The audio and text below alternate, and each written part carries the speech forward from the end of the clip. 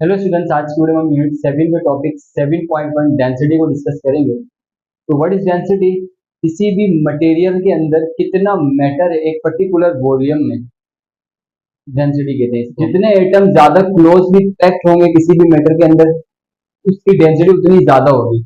For example अगर हम यहाँ पे देखें तो सॉलिड के केस में और लिक्विड और गैसेस के केस में, इन तीनों केसेस में वॉल्यूम सेम है। वॉल्यूम बोलते हैं जगह को, स्पेस को, जहाँ पे जितनी वो जगह घेर रहा है वो सब्सटेंस। अब ये सॉलिड है, मान लो कोई भी सॉलिड चीज, लोहा बोल दो, सिल्वर बोल दो, कॉपर बोल दो, या फिर कोई भी सॉलिड चीज आप बुक समझते हैं, कुछ भी सॉलिड है ये। लिक्विड, बहुत तरह के लिक्विड्स होते हैं, पानी है, मिल्क है, ब्लड है, ठीक है, पेट्रोल वगैरह। गैसेस, तो अब ये जो है पर्टिकुलर वॉल्यूम्स इनके, सॉलिड इसी वॉल्यूम के अंदर, सॉलिड में देखेंगे हम नंबर ऑफ एटम्स बहुत ज्यादा है और क्लोज भी कहते हैं, करीब करीब है। तो दैट्स वाई एक पर्टिकुलर वॉल्यूम के अंदर, सेम वॉल्यूम के अंदर सॉलिड में एटम्स की क्वांटिटी ज्यादा होती है। इसी वजह से हम कहते हैं इसमें मैटर ज्यादा है। अब मैटर ज्यादा होने की वजह से इनकी डेंसिटी ज्यादा हो जाती है, ठीक है। डेंसिटी क्या होता है? डेंसिटी है मास और वॉल्यूम का ratio, mass per unit volume, mass per unit volume of the substance is called density. कि कितने वॉल्यूम में कितना मास है, कितना मटेरियल है, इनका रेशियो जो है वो डेंसिटी कहलाता है, ठीक है। अब सेम ही स्पेस के अंदर लिक्विड के देखें नंबर ऑफ एटम्स कम है, वो थोड़े दूर दूर है, दैट्स वाई इसकी डेंसिटी इसके रिस्पेक्ट में कम होगी। और गैस के, लिक्विड से भी डेंसिटी कम है क्योंकि इसके सेम ही एरिया में बहुत कम एटम्स हैं। तो इस तरह डेंसिटी जो है ना वो सिंबल में हम देखें तो रो से रिप्रेजेंट करते हैं, ये रो कहलाता है। और mass upon volume, this is the formula. It's SI unit is kilogram पर क्यूबिक मीटर। डेंसिटी का जो एसआई यूनिट है वो केजी पर मीटर क्यूब है, क्योंकि जो मास का यूनिट होता है वो केजी होता है और वॉल्यूम का यूनिट एसआई मीटर क्यूब होता है। तो ये डेंसिटी का यूनिट आ गया। इसी तरह डेंसिटी का यूनिट ग्राम पर सेंटीमीटर क्यूब भी होता है, ये स्मॉलर यूनिट होता है। स्मॉल अमाउंट में जब हम डेंसिटी निकालते हैं तो हम वहां पे ये यूनिट यूज करते हैं। Density of liquid is usually measured in gram per millilitres. Gram per millilitres में भी हम यूनिट को दिखाते हैं डेंसिटी के, बिकॉज जब हम लिक्विड्स की डेंसिटी निकाल रहे होते हैं तब हम ये वाला यूनिट यूज करते हैं, ठीक। इसी तरह अगर मैं आपसे क्वेश्चन करूँ कि एक क्लास में, सेम क्लास में एक दफा एक टाइम पे 10 बच्चे होते हैं और एक टाइम पे 9 बच्चे होते हैं, किस क्लास किस टाइम पे डेंसिटी ज्यादा होगी क्लास की? तो उस वक्त जब बच्चे 9 होंगे, नहीं जब बच्चे 10 होंगे, ठीक है। 10 होंगे तो नंबर ऑफ स्टूडेंट ज्यादा है तो उनका मास ज्यादा हो जाएगा, मास और वॉल्यूम का रेशियो, ठीक है। अब यहाँ पे कुछ मटेरियल्स हैं, इनकी डेंसिटीज लिखी हुई है।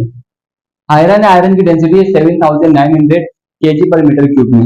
गोल्ड की है, गोल्ड की आयरन से ज्यादा। इट मीन सेम पीस अगर आप गोल्ड का और आयरन का उठाएंगे तो आपको गोल्ड का पीस भारी लगेगा, क्योंकि उसके सेम वॉल्यूम के अंदर ज्यादा गोल्ड के एटम्स होते हैं, इसलिए इसकी डेंसिटी भी ज्यादा निकल के आ रही है। आइस की डेंसिटी 920, पेट्रोल की डेंसिटी 800 है, प्योर वाटर की डेंसिटी 1000 है। यहाँ पे नोट करें आइस की डेंसिटी कम है वाटर से, हालांकि आइस तो सॉलिड में, लिक्विड वाटर लिक्विड में, लेकिन ये कुछ हैं स्पेशल केसेस, यहाँ पे वाटर की डेंसिटी ज्यादा है। दैट्स व्हाई आइस जो वाटर के ऊपर फ्लोट करता है, तैर रहा होता है।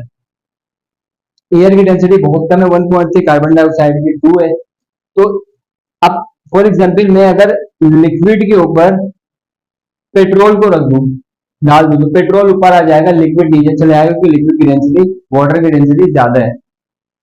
इसी तरह अगर पानी में मैं तेल डालता हूँ तो तेल ऊपर आ जाएगा, क्योंकि तेल की डेंसिटी कम होती है और वाटर की ज्यादा होती है। लेकिन अगर मैं आयरन डालूं वाटर में, लोहे को कोई चीज डालूं पानी में, तो लोहा डूब जाता है, क्योंकि लोहे की डेंसिटी बहुत ज्यादा है वाटर के रिस्पेक्ट में, ठीक है। अब एक न्यूमेरिकल है, उसको सॉल्व कर लेते हैं, इससे कॉन्सेप्ट आपका और स्ट्रॉन्ग हो जाए। Example 7.1, you find a material in the shape of cube. एक क्यूब के शेप में आपको एक मटेरियल मिला है। क्यूब क्या होता है? जिसकी सारी साइड्स इक्वल होती है 3D में, ठीक है। लेंथ 5 सेंटीमीटर, तो एक साइड की जो लेंथ गिवन है वो 5 सेंटीमीटर गिवन है। Mass of this cube is 500 ग्राम। इस क्यूब का जो मास है वो 500 ग्राम है। Find the density of the material. तो इस क्यूब की हमें डेंसिटी फाइंड आउट करनी है। फर्स्ट लेंथ गिवन है हमें 5 सेंटीमीटर, मास गिवन है 500 ग्राम। 500 ग्राम का मतलब होता है तकरीबन हाफ के जी, 100 ग्राम का मतलब होता है 1 केजी, तो ये हाफ के जी का है। डेंसिटी हमें फाइंड आउट करनी है। सोल्यूशन, डेंसिटी का फॉर्मूला मास अपॉन वॉल्यूम। अब मास तो गिवन है, बट वॉल्यूम गिवन नहीं है, हमें जस्ट लेंथ गिवन है। तो वी नो दैट क्यूब का वॉल्यूम का क्या फॉर्मूला होता है, क्यूब के वॉल्यूम का फॉर्मूला होता है एल क्यूब, यानी जो साइड होती है, क्योंकि सारी साइड इक्वल होती है, जो साइड होती है उसका क्यूब कर लो, साइड में 5, 5 का क्यूब निकालेंगे तो 125 आंसर आ गया। तो वॉल्यूम आ गया 125 सेंटीमीटर क्यूब, क्योंकि वॉल्यूम का यूनिट क्यूब में होता है सेंटीमीटर क्यूब।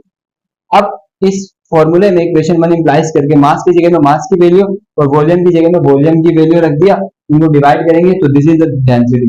तो उस क्यूब की डेंसिटी क्या आ गई, 4 ग्राम पर सेंटीमीटर क्यूब।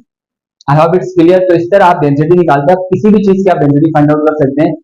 करने के लिए आपको दो चीजें चाहिए होती, पता होनी चाहिए, मास और वॉल्यूम। फॉर एग्जाम्पल अगर मैं आपको कहूँ इस मार्कर की डेंसिटी निकालो, तो आप इजीली निकाल सकते हो। कैसे, पहले आपको इस मार्कर का मास पता करना होगा। मास पता करने के लिए क्या करोगे, आप इसको आजकल जो इलेक्ट्रॉनिकल बैलेंसेज है तो उसके ऊपर रख दो, उसमें इसका मास आ जाएगा। मास कैलकुलेट करने के बाद इसका वॉल्यूम ये कितनी जगह घेर रहा है वो कैसे पता करते हो, इसके भी डिफरेंट मेथड्स हैं वॉल्यूम मेजर करने के। ठीक है, आप एक वो मेजरिंग सिलेंडर के अंदर डाल दें, इसको लिक्विड फिल करके, तो इसका वॉल्यूम पता चल जाएगा। तो वो बाहर डिफरेंट मेथड से। तो अगर आपको इसका मास और इसका वॉल्यूम पता चल जाता है तो सिंपल आप क्या करोगे, मास और वॉल्यूम को डिवाइड कर दोगे तो डेंसिटी निकल के आ जाती है। हैबिट्स क्लियर, इसी के साथ इस वीडियो को एंड करते हैं। मैं नेक्स्ट वीडियो में, तब तक के लिए कीप स्माइलिंग, टेक केयर, पढ़ाई करते रहें। Bye bye.